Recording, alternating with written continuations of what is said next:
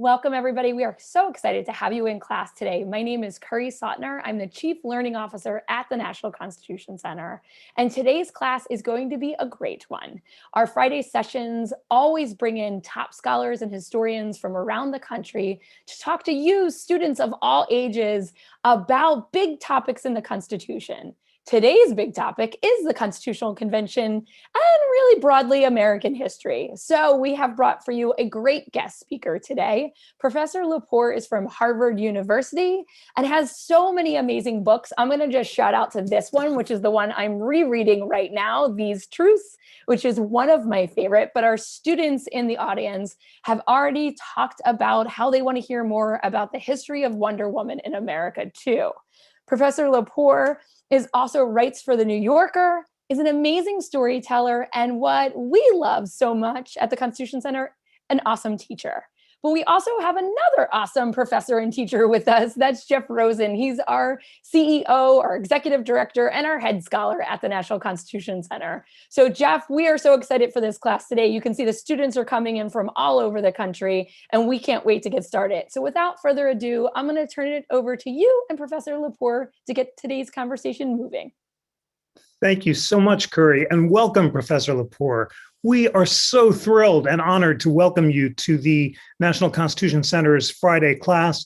Friends who are watching, you are so lucky to share the light and great wisdom of Professor Lepore. The book that Curry just showed you, These Truths, is the most important and galvanizing and illuminating modern history of the United States. We have something in this class, Professor Lepore, called Jeff Work, where I assign books for folks to read for fun. And I hope that all of you will take the time to read These Truths because you'll learn so much from us.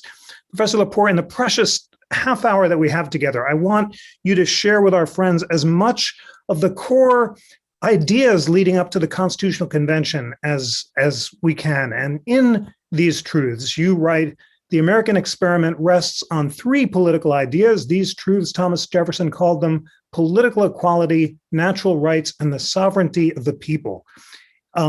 Where did those ideas come from, and how are they embodied in Revolutionary era state constitutions in the years leading up to the Constitutional Convention? Oh, thanks, Jeff. Well, it's really lovely to be here. I'm sorry we have such a short period of time. I know you and I'm sure, could talk for many hours about all of these things, and it would be so fun to have more time to chat to with all the attendees. It's really fun to be here. So let's see, in a little nutshell, those ideas, that Jefferson called these truths, they date back to antiquity in many ways, right? So you can read Aristotle and Plato and see some of these ideas being bandied about, often for the purpose of being struck down, but they have a very long and deep history in political philosophy. I think the idea of equality has a very long and rich religious history as well, of course. And that's part of the inheritance in the way that we understand those ideas down to today. One of the things that I thought was really important to do in the way that I was trying to tell a new history of the origins of those ideas, and then, of course, of the national project itself, was to think about how much those ideas were called into sharp relief by their failure to be honored and practiced. That is to say, this is a nation that is founded on natural rights, the sovereignty of people, the consent of the governed. And it is also a nation that is founded on the denial of those things, right? So, and on the idea of political equality.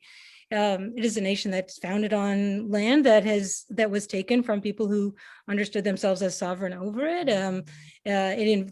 The construction of the country involved the forced extraction of labor from people who were denied their so-called natural rights. And the consent of the governed was not participated in by all. So to me, one of the things I really was excited to do in writing These Truths was understanding, and this is something that historians have thought about for such a long time. I mean, I think back to, I'm sure you and I read in graduate school, Edmund Morgan's American Slavery, American Freedom, from 1975, or David Bryan Davis's Slavery, the Problem of Slavery in the Age of Revolution, that so much of this period involves the ferment between people who are writing constitutions for the state and around the world, for the emerging United States, but also around the world, and the ferment between these framers of constitutions and people who are being denied rights by existing and emerging governments. And I think it's actually in that crucible, which is quite a violent crucible, right? It's a crucible of ideas, but it's also a crucible of violence, that there's this incredible explosion of ideas on which the nation is founded. And then I think of all of American history since that kind of Big Bang moment as the continuing struggle to realize the ideals of those ideas, to realize the promise of those ideals. It's so exciting to hear you talk. All of the books that you've recommended, friends, I hope you're taking notes, and we'll put them in the chat. Plato, Aristotle, Edmund Morgan, we must follow up on all of the suggestions that Professor Lepore is giving us. But take us into that period when those ideas were first being enshrined in constitutions. You talk about John Locke's influence on the Constitution of North Carolina and how already its roots in freedom of religious conscience and its inconsistency with slavery were already apparent. Talk about how those ideas both were honored in the constitutions and were violated in practice by slavery in that crucial revolutionary era.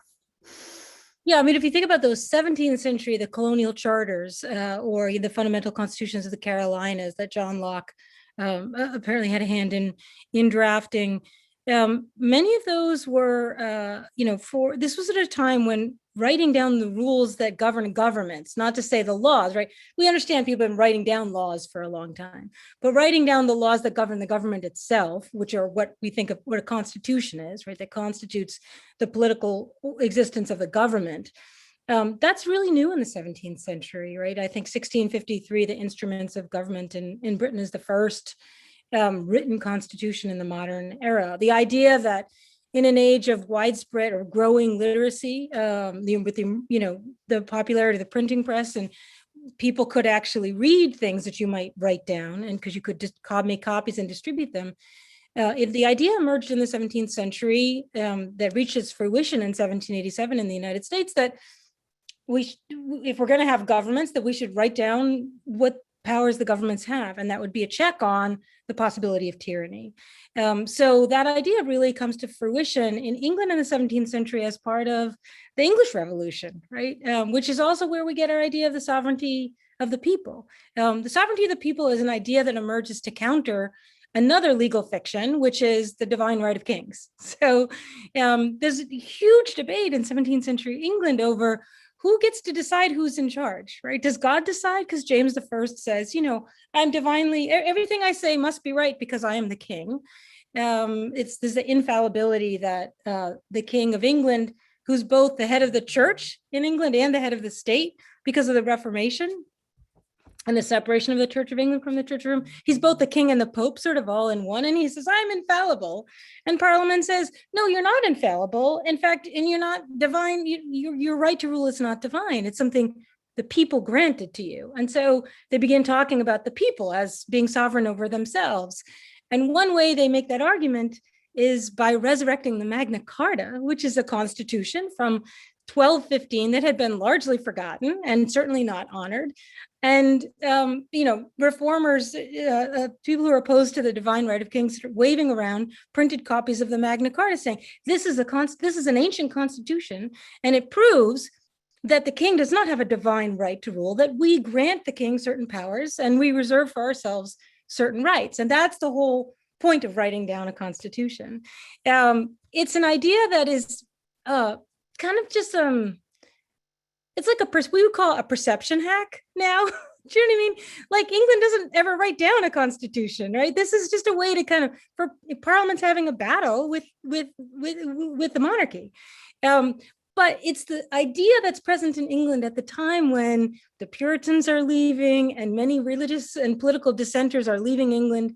And they take that idea, not just seriously, but literally. And so they instantiate that idea by writing out these colonial charters and colonial constitutions. So they have this whole long tradition by the time the Declaration of Independence of writing down the rules. And the rules generally are about the king doesn't have arbitrary power over us. We have the right to elect representatives who represent our ideas and our political commitments. But meanwhile, because that same moment is also when England is really turning to the enforced labor of Africans, what's often written into those constitutions is the brutal arbitrary power over people who are held in bondage, which is one of the things that's in the fundamental constitutions. And I don't think that that's an accident. I mean, I think there's something about the writing down and the thinking about the relationship between the powers that a government holds and the liberties that the people have, that actually underwrites the whole gruesome, brutal regime, the legalization of depriving people of their very lives, depriving people of their children, depriving people of their labor, depriving people of the ability to gain an education, like all the many, many other elements of slavery, besides the forced extraction of labor, that are about the absolute denial of rights. So on the one hand, and this is, the kind of Ed Morgan, this is absolute denial of rights in a place like Colonial Virginia. And then there's this glorification of the idea of rights, right? That gets you kind of down to, by the time of the American Revolution, the British have had enough of this, and they keep saying, like, sort of Samuel Johnson, why do we hear the loudest yelps for liberty from the drivers of slaves?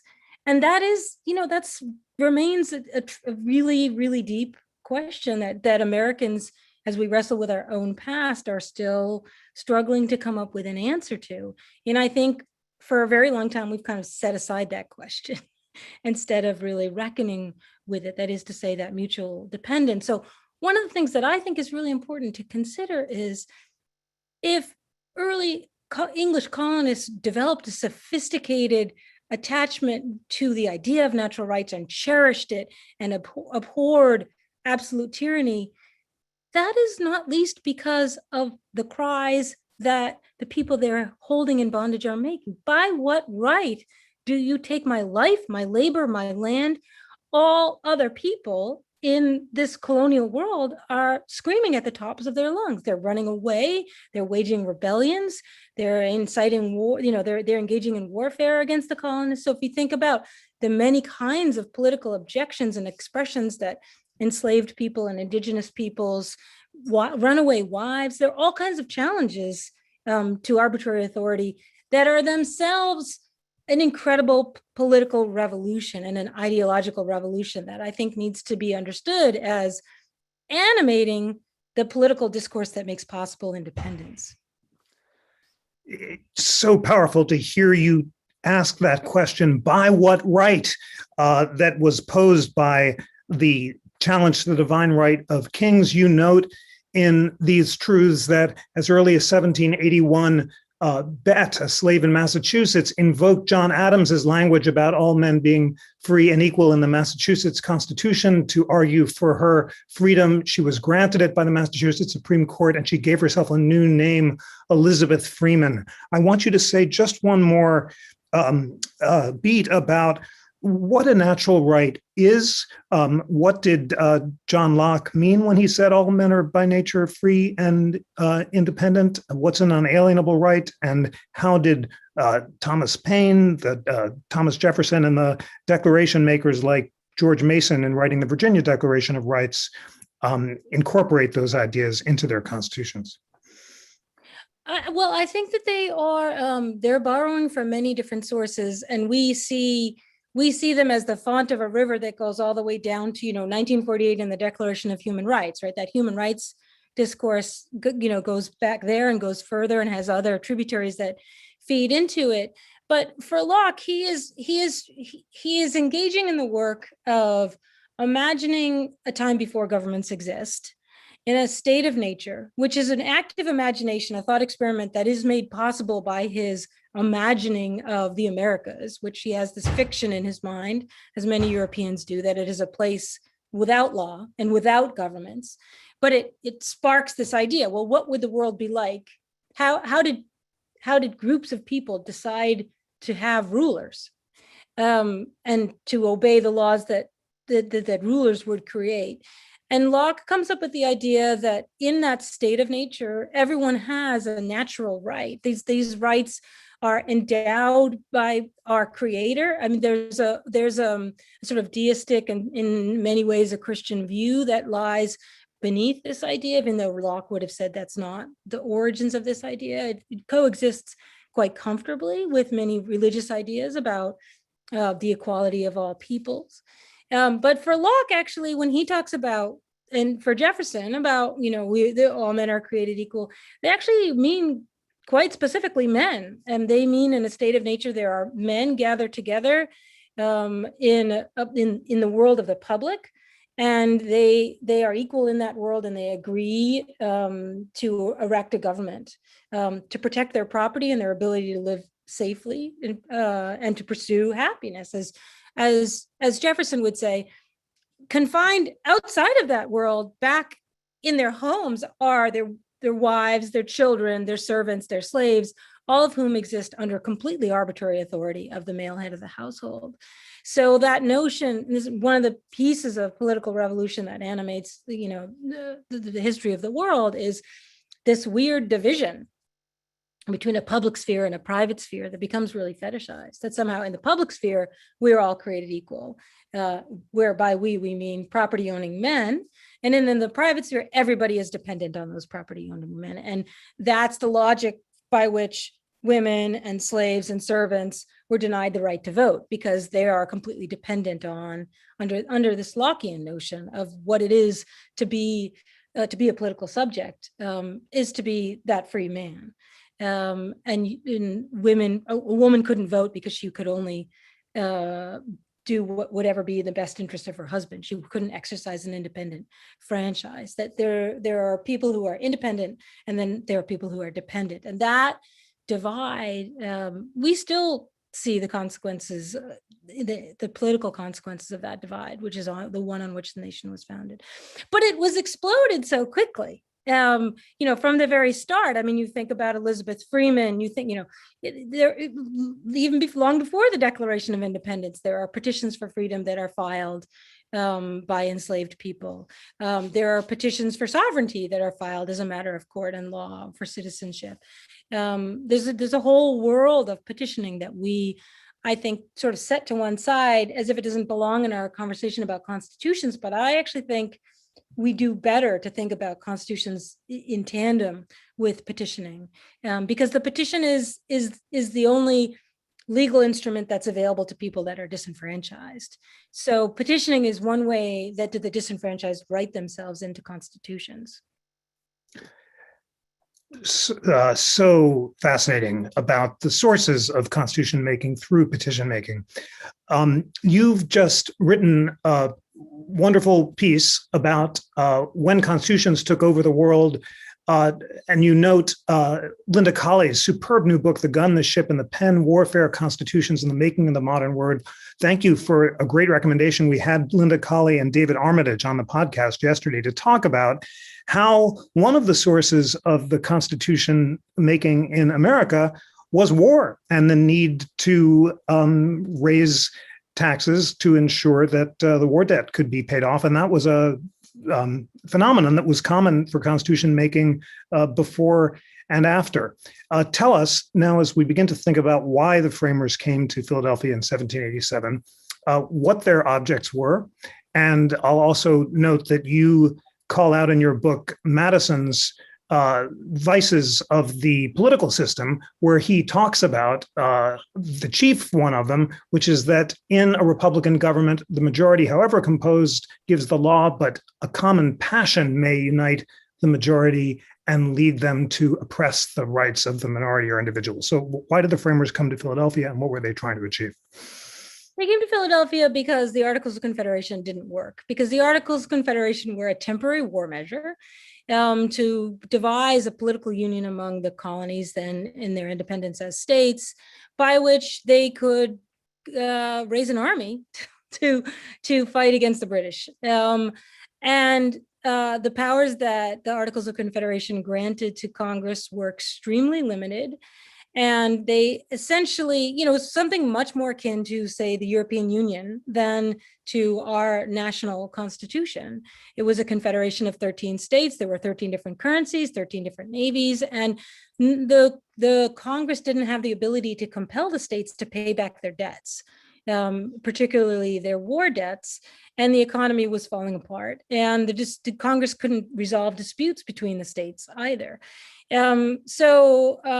Those who convened at Philadelphia had decided their brief was to revise the Articles of Confederation, but they figured they could get away with just throwing them away and starting again. And that was certainly Madison's idea. So Madison had undertaken the really interesting scholarly project of basically reading about the history of all governments to see, what works and what doesn't work. Maybe it's like building a house. Well, I like the casement windows on that house, but I like the porch on that house. But the roof line over here on this house would be beautiful. And you end up with this house that you think is the best of all bits and pieces of all houses. That's how he thought about the Constitution. Well, you wanted a separation of powers and you wanted a bicameral legislature, but we wanted just which bits and pieces would work. But certainly the overriding objective was to provide greater powers to a national government, including the power to tax. So I find Colley's argument, and if people haven't pulled out a copy of the book, I really would encourage you to think about it, because we ignore constitutions at our peril, and we have humanity has yet to invent another device that grants and guarantees rights to people, right? That's what constitutions do. And we don't have another way to guarantee rights to people. So what Colley's argument is, which I think is just genius, is, well, why did all these governments around this world decide to guarantee right to, in writing, say, yes, you have all these rights and our powers are restricted? Well, it was a quid pro quo. These fairly weak states that were engaged in increasingly devastating and costly wars on many different fronts involving armies and navies and multiple parts of the globe, they needed to be able to conscript men, and they needed to be able to levy taxes. And people were saying, no, just no, I'm not going to do, why should I? Why?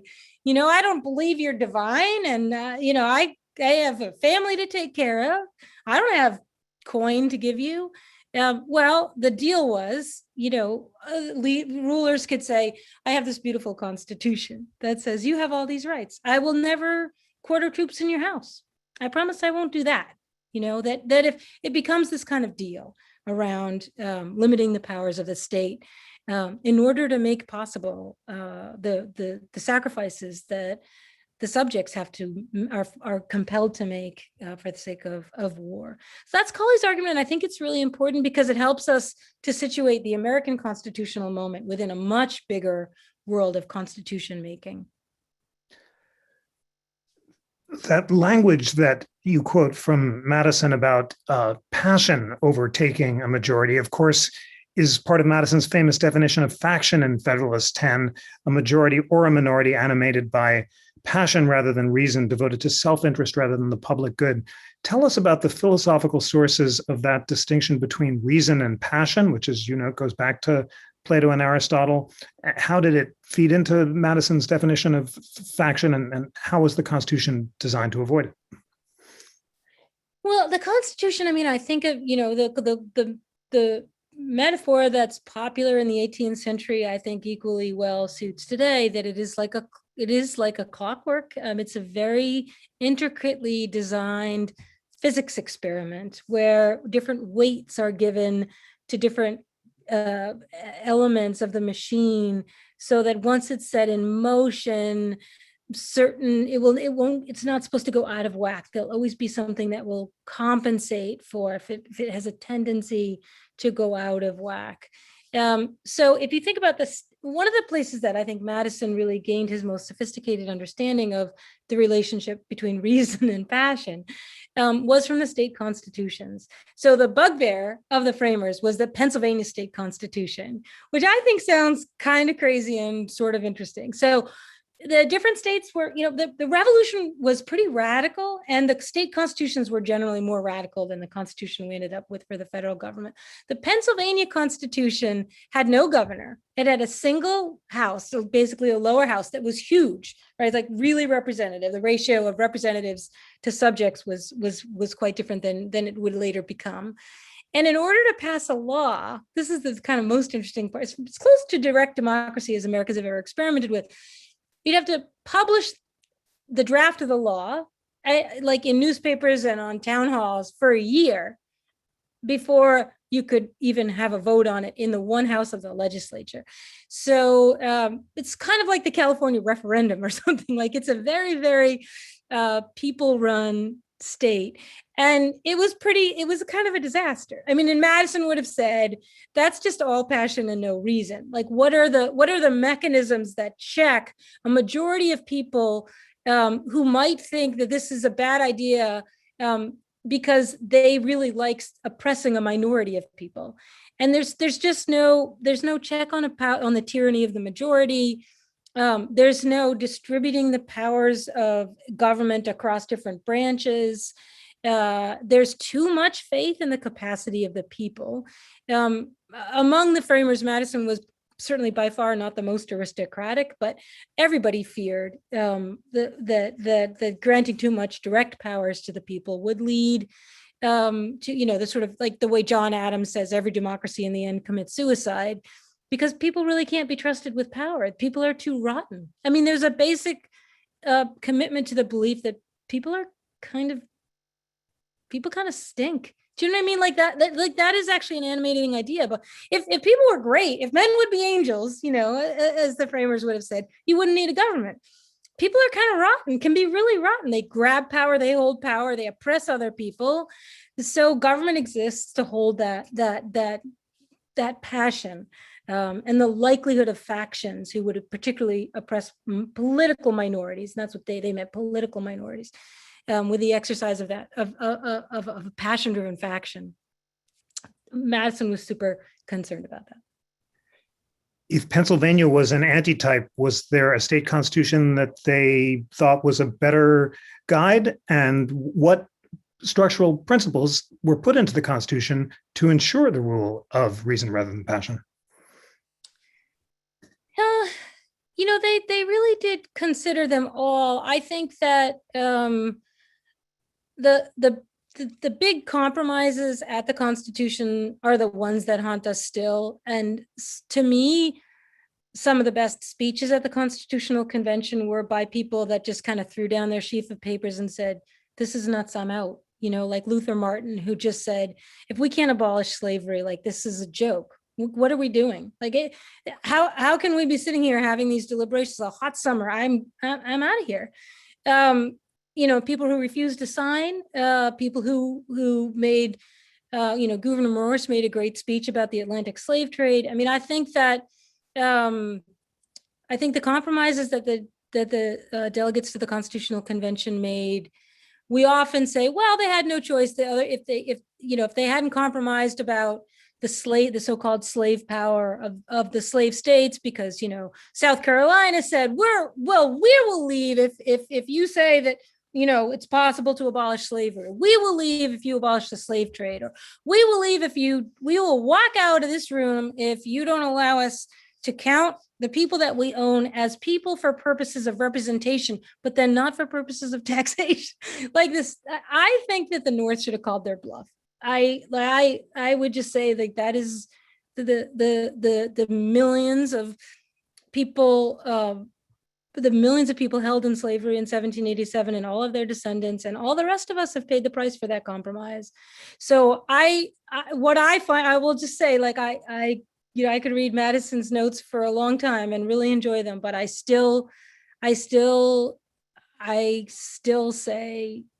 the North should have been willing to walk out and call the bluff of the South. I don't think I answered your question, Jeff, but I think when I teach a Constitution, like, I think you just got to leave a lot of room to say, come on, like, you're all here, you believe in liberty, you believe in natural rights, you believe in political equality, then you make this giant, I mean, this is the speech that Thurgood Marshall gives in 1787. In 1987, one of my favorite speeches about the Constitution on the 200th anniversary, when there's a lot of celebrating of the bicentennial of the Constitution, and Thurgood Marshall, first African-American justice on the Supreme Court, says, I'm going to celebrate everything that's happened since to realize that promise, but I'm not going to celebrate that moment. Wow, that's an incredibly powerful answer. And it leads to the follow-up. You write in these truths that the battles over the status of slavery all came to a core over questions concerning representation. So tell us about ultimately those compromises about representation, and what do you think would have happened if the North had walked? Well, I don't know. I'm terrible at counterfactuals. Could it have been worse than continuing to enslave people for generations and a civil war down to the kind of racial injustice that leads in our day? I mean, I guess what could have been worse, I suppose, but I don't know. You stack that up on the one side. There's a lot to stack up about, the extraordinary ingenuity and beauty of the American experiment, but it's a tough question to answer. With regard to representation, I mean, I think it's important to think about the constitutional compromises as a kind of math problem that turns people into numbers. And we forget that democracy depends on demography. Like, we live in a demographically determined political system because it was new to be able to count the population in the 18th century. It's really pretty new. Demography is a science, like Thomas Malthus is like 1798, right? So people are just beginning to do the work of doing a full counting people, doing a census. But the delegates of the Constitutional Convention took very seriously the idea of representation as a quantitative prospect, that if you could count the people, then you could come up with a ratio of the number of people per representative. So that's one of the big math problems they were trying to solve. Then they had to solve how to distribute power between the states and the people. That's how we ended up with two houses, the Senate, which has two members from every state. That gives small states outsized political power, but that was seen as necessary, and certainly is consistent with the Articles of Confederation. But then there's a lower house that is more directly representative of the body of the people.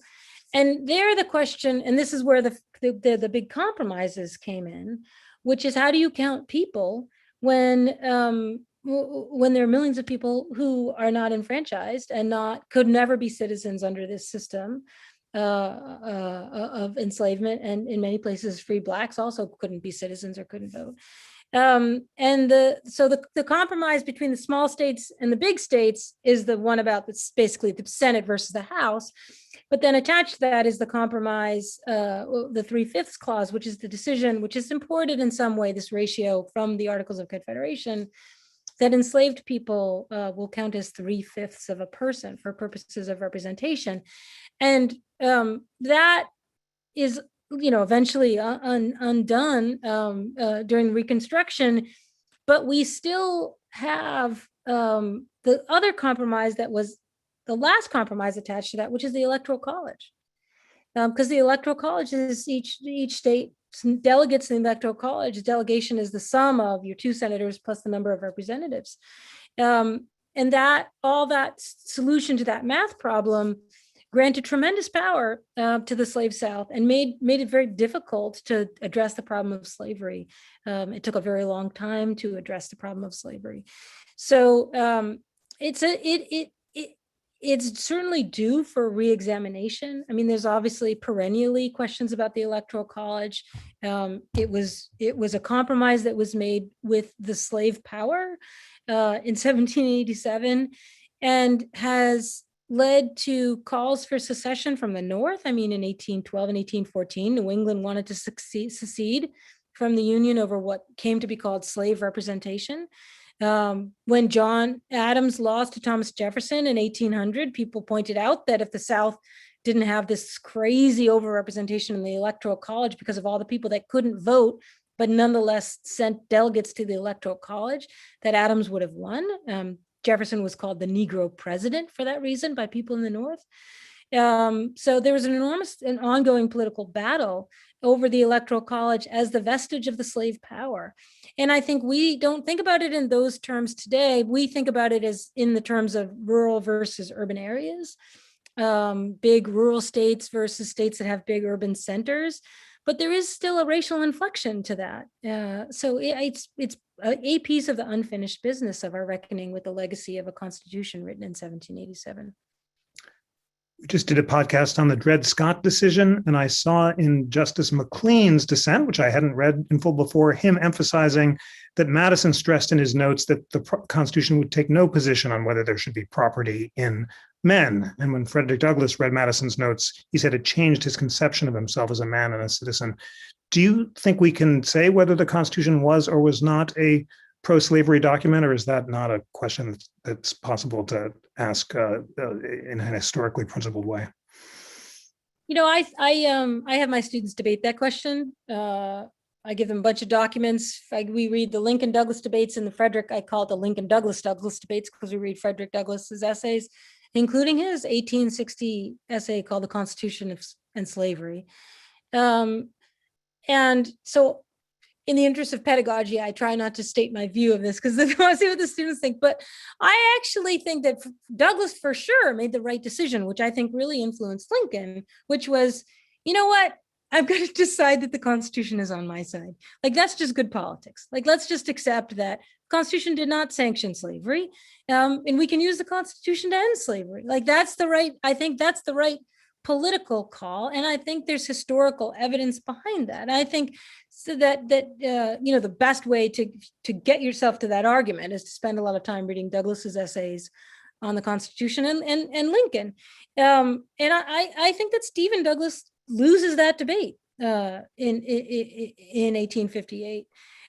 So that's how I think about it. I think Taney was basically, totally lost it in that ruling. And we don't, get to decide as historians what the Constitution should have said. But we do get to decide as citizens what meaning it has for us and what calls to action it leaves us with.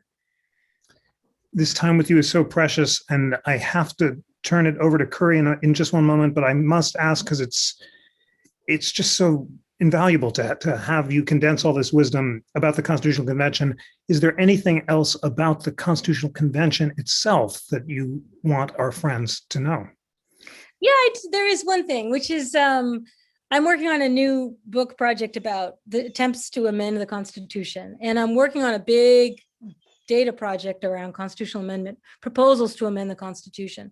And I really am persuaded by the argument that the most important part of the Constitution is Article 5, the amendment provision.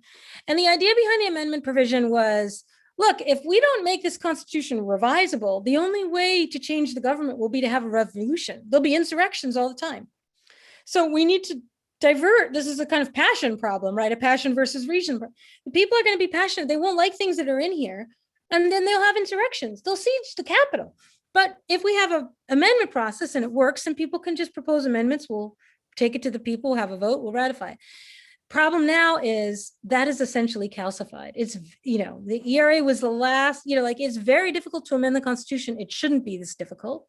And I think it's a huge problem for our political culture. So I'm very pro amend the Constitution. And it's why I've undertaken this project. But so I just wanted to give a shout out to Article 5. Wonderful. Thank you so much, Professor Lepore. Back to you, Curry. And our students will be so happy. We run an entire week on Article 5, and they could send you a million ideas that they think they could get past. So 2 questions from our students. One kind of more fun, but the other thing they wanted to know is, do you think they could call for another constitutional convention, or do you think the calls for it have any kind of leg to stand on? So I don't know if anybody has seen, some of your teachers might have seen the students, the play, What the Constitution Means to Me. That's been, at the end of which there's a kind of discussion of whether or not to have a new constitutional convention. And, the arguments for it are there are many continued defects with the Constitution, things that the people should be deciding. The argument against it is the same as it always was. Do you really trust the people? Like, wouldn't we end up with the maybe we'd end up with a really worse constitution. So I don't know. I'm not a big proponent of the new constitutional convention myself. No, I think that I think we need to have a healthier and more dynamic amendment process. Got it. Okay. I like that answer. You wrap them back together. And then the next question, this came from Gavin, from Fleet, and from Leonard, is really, how do we grapple, and not just in the past, about having this denial of rights and glorification at the same time? How do we grapple with that today? When teaching it, when talking about it, when deciding it, people always want to take a side and say, this is great or this is awful. We always say it's like you're making people a hero or a villain. But how do we balance that in a way when we're talking about the Constitution, we're talking about our American history and our past? What are kind of some guiding principles we should follow as learners and teachers? Yeah, I mean, a principle that I have that applies to the Constitution and really to like all things that I might teach, which is all of it belongs to all of us. Like this is not somebody's Constitution and not somebody else's Constitution. Shakespeare doesn't belong to, I don't know, the descendants of people who lived in 16th century England, or, my family's Italian. Like Dante's not the only book I could read that I could feel like belongs to me. All this is the inheritance of humankind. Anybody can interpret the Constitution. And as a matter of, belonging in the United States, participating in the experiment that is this nation, it belongs to all of us. So I think that also means we all inherit its burdens. I don't think anybody is free of those burdens. My family wasn't in this country until a generation or so ago, and yet I feel like we inherit the very anguished, sort of litany of atrocities that is part of the story of American history. And we also inherit the glories and wonders and ingenuity and generosity and idealism of the American experiment. Like, I think that's kind of the deal. It's like your family. Like you might really, some people in your family might really piss you off, and some people you might just really admire, but it's all your family. And I do think it's actually, because I do believe in the nation state, because I think nation states that have constitutions can guarantee rights to people. And I think we can't afford to be throwing away that institution. So I think, I tend to say, let's stipulate this Constitution is all of ours. And that means we all can disagree with it. We all can defend it. You can take some of it and leave, and then your obligation is, given what you believe about it, what do you do? What do you do? So an exercise I do with my students I have 2 weeks when I teach the US History Survey, where we deal with the Constitution as the Constitution. There are a lot of, it's in every other week, but we have a week where we debate the question, did the Constitution require a Bill of Rights? And then we have a week where we ask the question, did the Constitution sanction slavery? There are plenty of other, we do a lot of citizenship and immigration cases. We do a lot of constitutional law in my class. So we debate constitutional questions later on, but in terms of the basic architecture of the Constitution.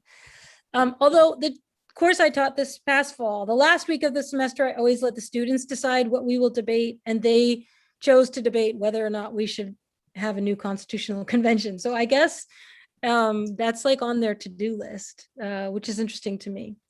So I guess maybe we do have a third question. And, and you can say the Constitution has been reinvented 3 times. I mean, it was invented in 1787. It was reinvented during Reconstruction. Was completely reinvented during the New Deal, during the Progressive Era and the New Deal, and which is the last big period of amendment, right? All the Progressive Era amendments. So I guess I would say to students, whether they want to have a new constitutional convention or just amend the thing, what's on the list? If we could enter a new constitutional era, what would those things be?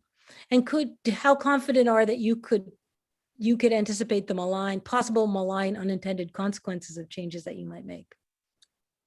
And this has been an amazing class. And what a call to action to all of our students is to always look at that Constitution, look at it for its whole being, what we always refer to from Professor Jeffries from earlier this year, the hard history and the whole history. But then also don't forget that call to action, which is the Constitution, it's powered by the people. So what are you going to do with it when you have it and you understand it? So thank you so much for this class. I'm just going to do the ask now and say, please, please come back and teach our students again. We will bug you in the future, and we would love to have you back for one of our classes with our students from across the country. Thank you so much for this great talk, and thank you for staying longer than your due time. So we really appreciate it. All right. Thanks, everyone. Thank you. Thank you so much, Professor Lepore. Thanks for spreading so much light.